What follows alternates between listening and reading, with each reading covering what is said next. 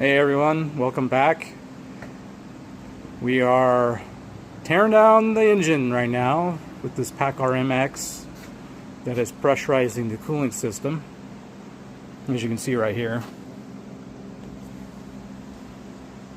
I do have a part 1 video explaining how we got to this point. If you want to check it out, go ahead.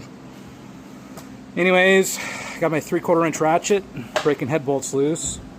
I typically don't use an impact on these engines per the manufacturer. They recommend not to use any sort of impact because the way the block is designed and how you can actually damage the block.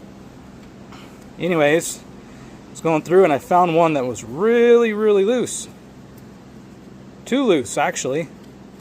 And would you look at this right here. Broken head bolt. Also, when I pulled the head bolt out, there was coolant right here.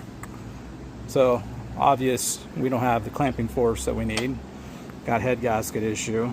Probably block damage too. This head bolt is going to be broke off flush with the block and is probably going to just be an absolute nightmare to get out. As you can see right there, to get into focus. Anyways, yeah, flush with the block.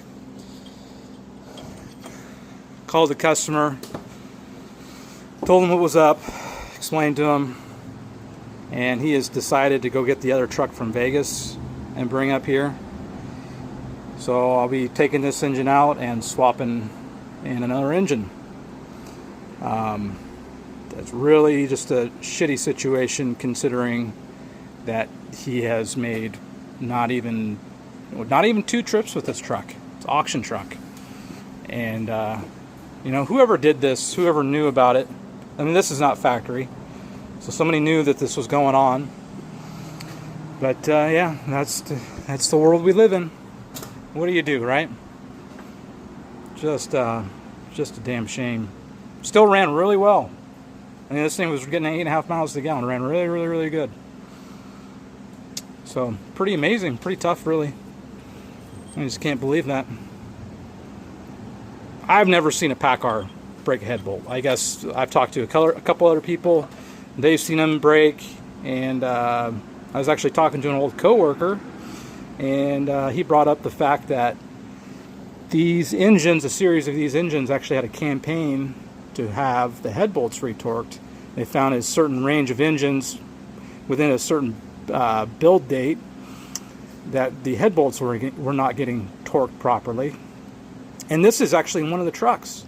This truck was down in Portland, Oregon at KENWORTH Papay, and it had the head bolt campaign performed on it. So the factory found that the head bolts were not getting turned correctly. They torqued to a certain amount of foot-pounds and 90 degrees, all of them. They all get torqued 90 degrees, and they get torque turned again another 90. And it's hard telling. I mean, the factory will probably say, oh, it's just a defective bolt, right? I already broke the rest of them loose. Didn't have any issues at all. But, you know, did someone possibly mess up when they were doing the campaign and over-torqued this bolt, or did something, you know, crazy? Maybe they torque-turned it twice. That'd be pretty wild. Kind of weird just to have one head bolt break. And this thing is, you know, it's not deleted or anything. I think it's factory horsepower. So, it shouldn't be any issue there. It's really hard telling. But, yeah. Anyways, I kind of wanted to go over a few things when you go and tear one of these Paccars apart. It's pretty much self-explanatory with the rest of it. But there's a couple of key things that I want to talk about. One, of course, is use a ratchet to break your head bolts loose. Don't use an impact.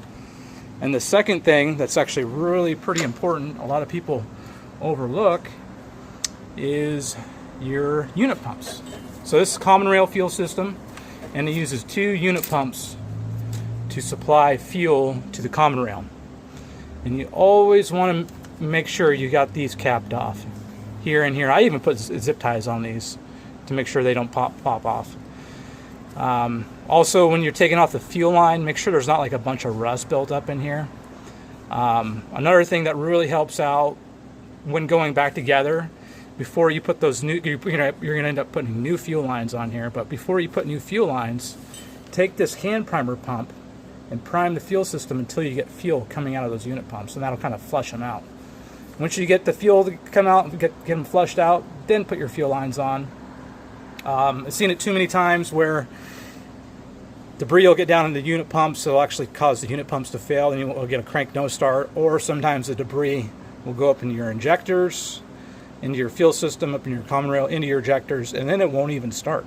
So it just gets plugged up with dirt. But yeah, pretty self-explanatory. This is my one table that I got just a mess on right now. This is my smaller table, but yeah, I got a little bolt bin over here on this one. And then I just recently built this table here and started having everything laid out. I should actually have this bottom portion cleaned off and have some of that stuff over there, but it is what it is, right? This side is pretty easy. I always like to leave the manifold on, and I'll leave this bracket on. I have special sockets. Well, this is not really special. This is a 15/16 chrome socket. Chrome always grabs a lot better than your impact sockets. I also do have an impact socket that's ground down, but I try not to use it. I mean, if I can't get them broke loose with this for whatever reason, then I'll pull it out, but I really try to stay away from using an impact on these. And yeah, turbo can stay in place, the cooler pops off, and it's really not that bad. Engines are really not that bad to tear apart. But I hope you enjoyed the video. Well, tell me what you guys think in the comments about that head bolt. Tell me what you think, what you guys think happened. I'm kind of curious to know. Anyways, thanks for watching. All right, bye.